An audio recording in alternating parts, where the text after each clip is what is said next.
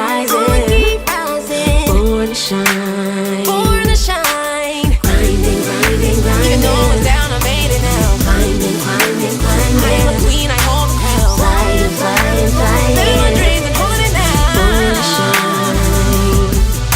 After everything that I've been through, said I could do it again, true. Putting in work each and every day. Now I'm a boss and I'm running things. Ain't come to play, I come to slay. Started from the bottom, now I'm changing the game. I'ma keep rising like a brand new day. And now it's born to shine, shine, yeah. Born to shine, born to shine, yeah. Oh, it's a bar, it's a bar.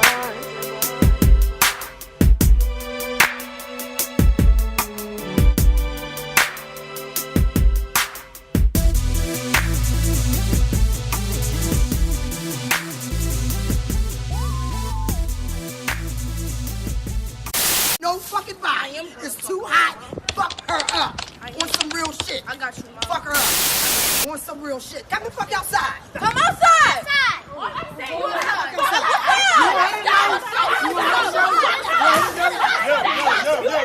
Yo! So you mean to tell me you the parent and you the parent and you gonna let them fight? So y'all up there, this is what they looking up to. Y'all two up there letting them fight over social media? Applied knowledge is power. So what you gonna do? You gonna kill me when I'm trying to help you? You gonna kill me? Put it down. Put it down. You can live longer with this book. Save your family. Save you. Be the person that they don't want us to be. Hey guys. Hey, Shout out to Vegg.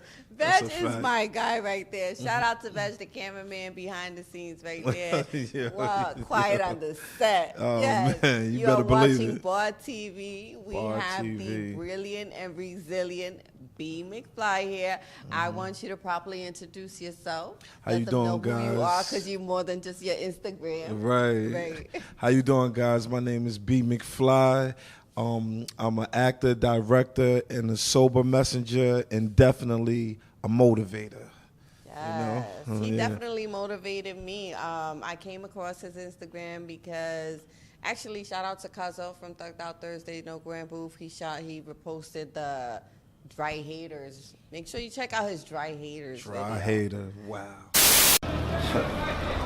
You know what's worse than a hater? A dry hater. A person that's in position. Financially, they may be better than you. They may have more clothes than you, foreign clothes. They may have cars, houses. They may even be in a position that can help you, but they don't. You want to know why? Because they can't use you or reap the benefits from you. So what do? They dry hate on you. They tell people not to work with you. They tell people not to be a part of you because they're afraid of you. They know that your craft is better than theirs, but they don't want to see you at the top though. They don't want to give out a lending hand. Those people are dangerous. It's more dry haters than it is haters. Be careful. Yeah, so the Dry Haters was the first one I saw, but he definitely he came all the way from Philly, first of all. He came all the way from Philly to New York to give BARTV his first interview. So thank you. You're I welcome. really Thank appreciate you. Now, really quick, you told them your Instagram or No, YouTube? I didn't. Yeah, let them know where to find you because this interview is going to get a little deep here. So get that out the way real quick. All right, so on Facebook and YouTube, you can follow me on Brandon Chastang, BRANDON, Chastang, CHASTANG. On Instagram is B.MCFLY_, and on Twitter is BMCFLY_. Okay, so I know that you do skits that are based on real life scenarios and situations, and you touch real life raw topics. Share a little bit of who you are and where you come from, though, because I know you definitely have a history that you would like to share with the world to let them know what brought you to want to inspire and motivate and encourage people. Well, it happened in 2004. I got shot, and the doctors, they prescribed me with Percocets. And from Percocets, 2008, that's when my addiction started. And my addiction with Percocets was on and off for 10 years. And January the 21st, 2018, I turned myself into rehab. Okay, so how long you've been clean now off of Percocets? Tomorrow, I'm clean off of everything. Off of everything? Everything. Well, what else did you used to do? No, well, you know, I was besides drinking. Percocets? Well, of course, I was drinking alcohol, smoking weed, smoking cigarettes, smoking Black and Milds, and Percocets was my drug of choice, my major drug of choice. So I've been clean from everything for 10 months. Nice. Tomorrow. I have 10 months tomorrow, man. So it was a rough stop, but I did it. What made you stop? Well, you know, I started mixing Percocets with Xannies. And I really thought that I was going to die one day. So shout out to my kid's mother, man, A-Ocean. You know, my last 2 kids, man, she really helped me out a lot. And she, you know, got me in Arms Acres. It's upstate New York, actually. And how long were you in the rehab? I did detox for 5 days, and then I did the duration. The rest of the duration, it was all together 30 days. And you know, for the first time in my life, I felt free. Okay. I felt free from everything. I'm not nervous or scared of being me now. Were you nervous or scared? Why? What before or before? Yeah, before. I mean, well, you know, it's one of those things when you're trying to prove to people that you're somebody. Right. No matter what that somebody is, you're trying to prove that you're somebody, right? And when I found myself being sober, I said, "Wow, this is who I've been. This is who I am. Who I really am. Who I am in real life." Right. And let me embrace that. Did you like who you found yourself to be in real life? Yes, man, because you know, I'm not uptight. There's less stress. Okay. You know, I'm less tense. And now I can enjoy me. Right. And that was the most important part. Okay. And I had to, you know, I had to get sober. Right. And that's what I've been doing ever since, man. So tomorrow makes 10 months from everything. I'm talking about everything that I mentioned earlier. So you were pretty much doing Percocets for 10 years? Yeah, on and off. On and off? On and off, man. I never been to a rehab. Oh, man. Never wanted to stop until that Never. point. I mean, I stopped, but what like made you really want to stop? What really brought you to the? Well, you said your child's mom. Well, she helped me. She helped you. Yeah. My mother passed away. You know, she was addicted to crack, and then she stopped, and she was clean for 10 years, and then she jumped on Percocets. When was this? Probably around the time. Oh, she passed away 2015, April. Oh, God bless her. Yeah, so, man, and you know, it's a lot of people that surrounded me, man, that's around me that's, you know, addicted to Percocets. So when you were doing Percocets, was your mother doing Percocets too? Yeah. Yeah, so, but it wasn't like we weren't together doing it. It was like, you know, I was sneaking do my thing and try to criticize her to stop. And, you know, she would be doing her thing. And did she try to tell you to stop? Well, no, not really, because she was so dug in, you know, and I played a role like I'm big man on campus. Okay. Well, I'm really not. Right. So those are the things that was hard, you know, and I had to stop, man. You know, it got worse, it got bad when she passed away. What would you say, when she passed away, did it get really bad? Yeah, man, I was terrible, man. I started doing things, I mean, no disrespect, the only thing I didn't do was do things that was like 2 things that weren't against my morals, was sell my body to another man and, you know, tell on people. So you didn't do that, but yeah, I didn't do that, but I did pretty much everything else. If you would name maybe the top 5 things that you did that you were most ashamed of your addiction taking you to that extreme to do, what would it be? I'm gonna say 3. I'll say 3. Okay, so one of them was using my children as an outlet. And how would you know, do that? Man, my kids need something to eat. You know, my kids, you know, I lost my job, which I really did. So you were asking people for money? Yeah, I would beg for money. I'm talking about like, and some people wouldn't know it because my name Mcfly, so I'm still trying to keep this image, right? Right. But on the flip side, I'm around people that live next door to me, so they know what I'm doing. Okay. They know what's going on, but they're going through the same thing. They just didn't take it to a deeper measure than I did, right? So I would use my children to get money. I would try to talk to different females, you know, to try to like, you know, females that I would probably, no offense, I probably wouldn't deal with them. And that was wrong. I felt bad about that. So you were using them probably to get money from them or Yeah, something? and I did a lot of criminal activities. Okay. Yeah, so, you know, I had to face humiliation. Humiliation, when I got out of rehab, that's when the humiliation starts. How do you explain that, if you could give me some examples? Well, now you got to face the madness. You got to face I neglected my children. I neglected them for 10 years. 10 years, yeah. You know, on and off. There was times where I was, you know, in their lives, and there was times where I wasn't. And how many children do you I have? have 4. Okay. I have 4. What are their ages? My son is 18. He lives with me now. Oh, nice. Yeah, he lives with me. He's been living with me for a year now. It's just me and him in the house, and it's rough. My daughter, she's 14. She's in Florida right now. And I have 2 younger kids out here in New York, Queens. Shout out to Big Queens. Sincere and Sunday. He's 9 and she's 4. Oh, so yeah, man, and you know, it's a blessing. But I neglected, you know, my oldest 2. I neglected all of them, but my oldest 2 felt it the most.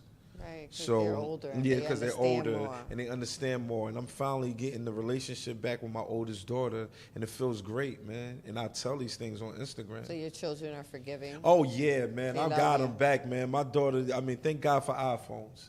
I'm talking about, man, God bless the maker for iPhones, because me and my daughter share our deepest moments. She cries in front of me. She shares her deepest thoughts with me, her fears, and we're on the iPhone, and it's a beautiful thing.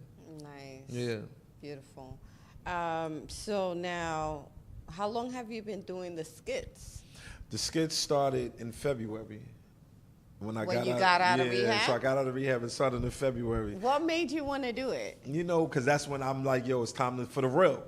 Did you have a big following on Instagram? It wasn't a big before following. You went to no, rehab? it was probably like 1,200. Okay. You know what I mean? Like, you know, people knew me. They know. Right. You know, I was a little popular, but I was the guy that wasn't like into Instagram. I wasn't into social media. So I never had a social media for 5 years. Right. It was like, oh, I got social media for 3 months and then I'm off of it. Yeah. And this joint is whack to me. You know what I Right, mean? because you're in the streets, you hustling, Yeah, you out I'm in there the streets, trying to man. get the I'm nicks. telling you, right. Right. You know, so then once I came home, and I'm like, my first skit was I made a jail cell in the bathroom. But what made you think of that? I was just thinking. It was like now my brain is Were so you open. Were you on Instagram and you seen, you know, skits and you was like, you know what, I could do this myself? No, I said nobody's doing this. Nobody's doing it because nobody is. Because I see a lot of people that do skits, but they're all comedians. And Right. not to knock the comedians. I love your funny skits. They're hilarious. Right. But what interested me in B. Mcfly was it was a message behind the skit. Yeah, so when I did, my son laughed at me. Shout out to my son, man, What's his name? for not being on Instagram. Okay. But he's a junior. His name Brandon. Okay. And shout out to little Brandon, man. He laughed at me, and I needed that. Right. I needed my son to laugh at me because he's my son, so he's not trying to put me down. He like, yo, Pa, what you think you gonna blow off of this? And 42,000 followers later, with great followers, plus people that's like superstars, I guess you want to say. Right, Insta-famous And celebrities. Right, They like, yo. Tyrese was just like, send me his video. Right. A couple So- of people definitely will have reposted you. Obviously, I saw you. So the first skit was exactly what was it? It was a jail skit, so it was in the bathroom. I turned, you know, I've been locked up before, so I used the shower curtain. I put the sheet over the shower rod, right? Because you have bunkies, you know, and when you use the bathroom, if the person is sleeping on the bottom bunk, you put the sheet over so you can use the bathroom, right? Okay, for privacy. For privacy. And I put a clothesline to hang my clothes, hang my whites. And I had a bar from an old window, and I told my son to hold it. And what's up, gangster? You want to be a gangster? Well, this is where gangsters live at. And it took off from there. Everybody thought I was really in jail, man. I'm like, wow. You did it really good. Yeah, man. It was captivating. It definitely was. And so that took you from your little 1,200 followers to where 42, and how fast? Oh, man, within 9 months. Within 9 months, I should have been more, because one of the videos that I had went 1 million views on Instagram, but I put the wrong name up. Oh, okay. I spelled my name wrong when I made the video, but still, all in all, man, it's still a blessing, though, man. It's a super blessing, because like he has definitely an elite following, and a lot of people are reposting his messages and sharing it forward. He's producing this content by himself. He's organically. How do you pick the scenes? I think of something. I look at it's like watching the ID channel, right? And you know how they reenact situations, murders and killings, and why I killed my boyfriend, or what I did it for all of that type of stuff, right? And I just say, well, you know what? We go through so much in our community. I'm talking about, it could be from a large scale to a small scale, right? I'm just going to reenact that and drop a message behind Real it. life. Real life. I'm talking about from women that don't want to wear makeup, to women that's heavy set, to abusing your foster children, homelessness, statutory rape. Man, I talk about everything, man. Anything that you could think about, I talked about, or I'm on my way to talking about it. Right, he's on his way, because he's got a whole lot more coming up. Yeah. Which would be your most, I would say, your highest viewed one, and the one that meant the most to you? Well, my highest viewed one was when the two girls were ready to fight over social media. What was it about? How tell me Yeah, so the girls, this was the one that went 1 million views on Instagram. So the mother was walking in the middle of the street, and she like, yo, can we cuss on here? Yeah. You better fuck her up. So they on their way to the girl house. You better fuck her up too. I ain't got time for this. It's too hot. Shout out to Karen, man. It's too hot. Fuck her up. So when they got in front of the house, so what's up? So the girls get in the middle of the street, and they holding their hands, and then that's when I jump right into it. Yo, the mothers, man, they following y'all.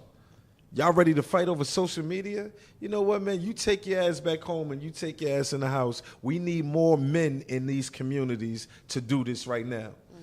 That was the most views. I'm going to say they all mean so much to me, right? But I think I robbed the guy with a book, and he put the gun to my head. I chased him down to a dead end. He hit the wall, and then he turned around and he put his gun to my head, and I put the book out to his heart.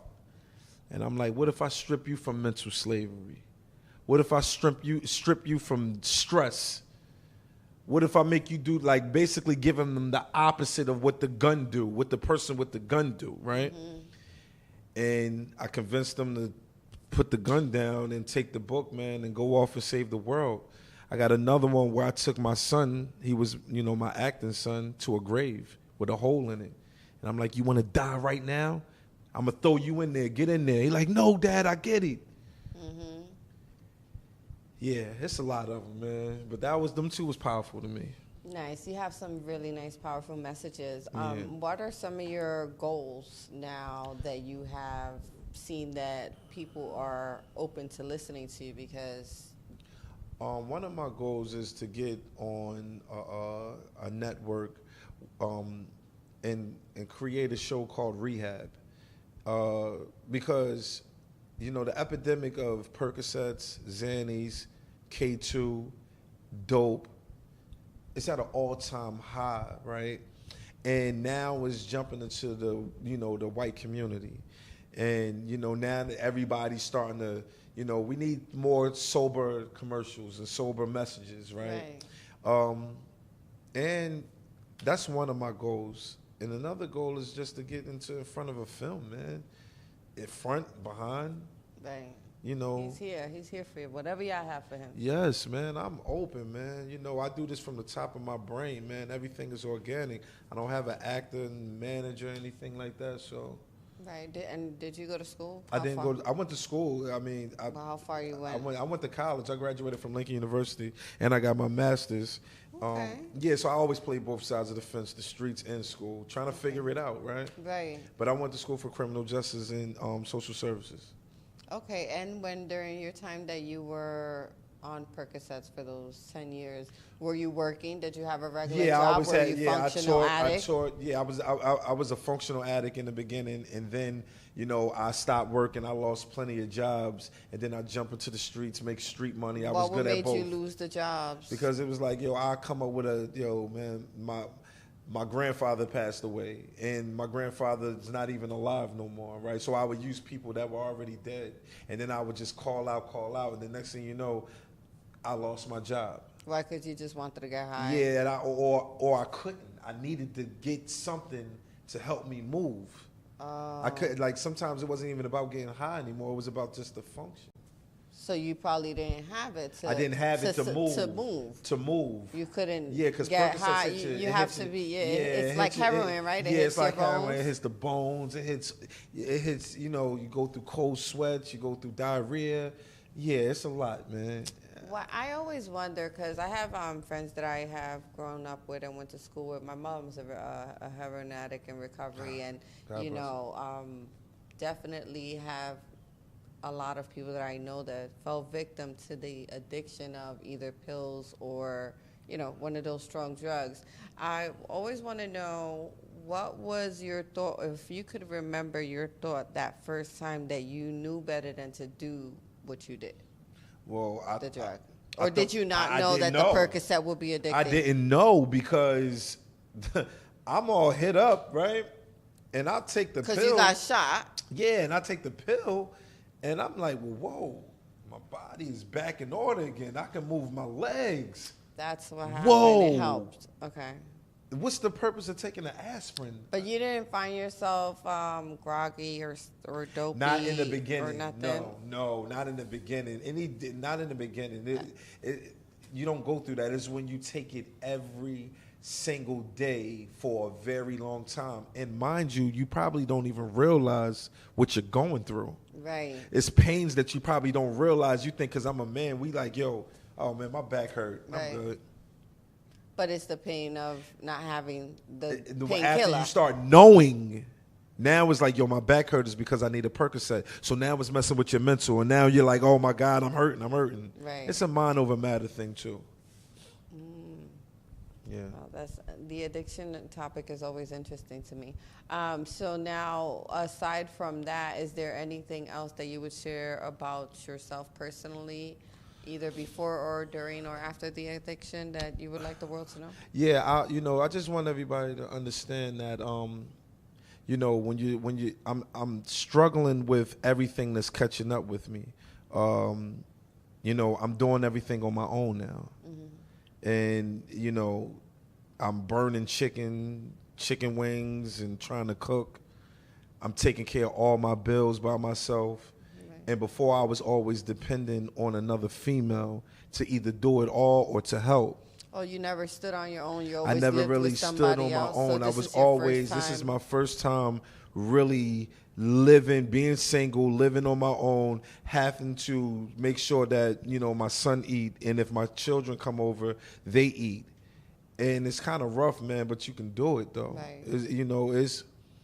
This is what we built for. Right. Yeah. So, I go crazy. Mm-hmm. I lose it. I talk to myself.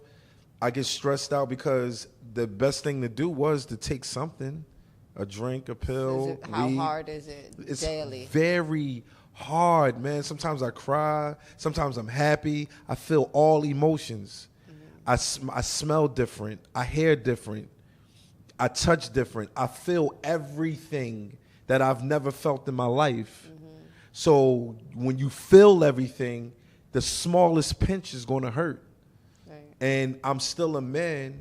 I don't want people to think that I'm weak, but I'm just telling you, the drug was my my mechanism. It helped. Right. But it don't help. It really don't help. Rather, you thought it was. I thought it helped, but it really you, don't help. So I feel everything. Now you're feeling everything, every emotion. If I watch a person shoot a basketball and he hit the buzzer beater, I may start crying. Yeah, I'm telling you, because I feel like he's the hero, man. Right. You know what I mean? So, nice. Yeah. Wow. So I definitely appreciate you coming all the way from Philly, giving BARTV your first interview. BARTV first interview in New York City. You heard? Right. And we definitely going to stay connected. Absolutely. I definitely want you to continue and go into, full production. You're a genius. I love what you do. You obviously have the gift that it takes to create great content, and I'm going to keep on watching you. Thank you so much. It was a pleasure. BARTV, Miss Melanie. Thank you. I really appreciate it a lot, man. B. Mcfly. Yes.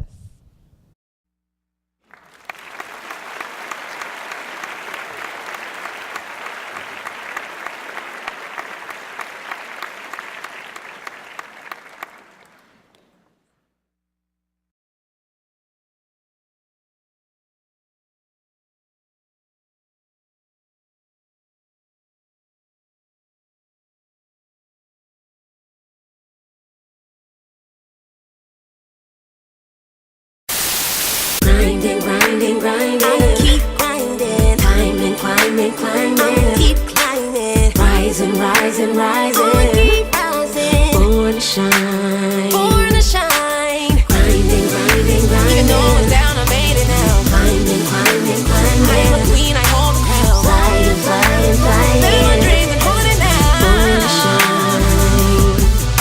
After everything that I've been through, said I could do it again, true.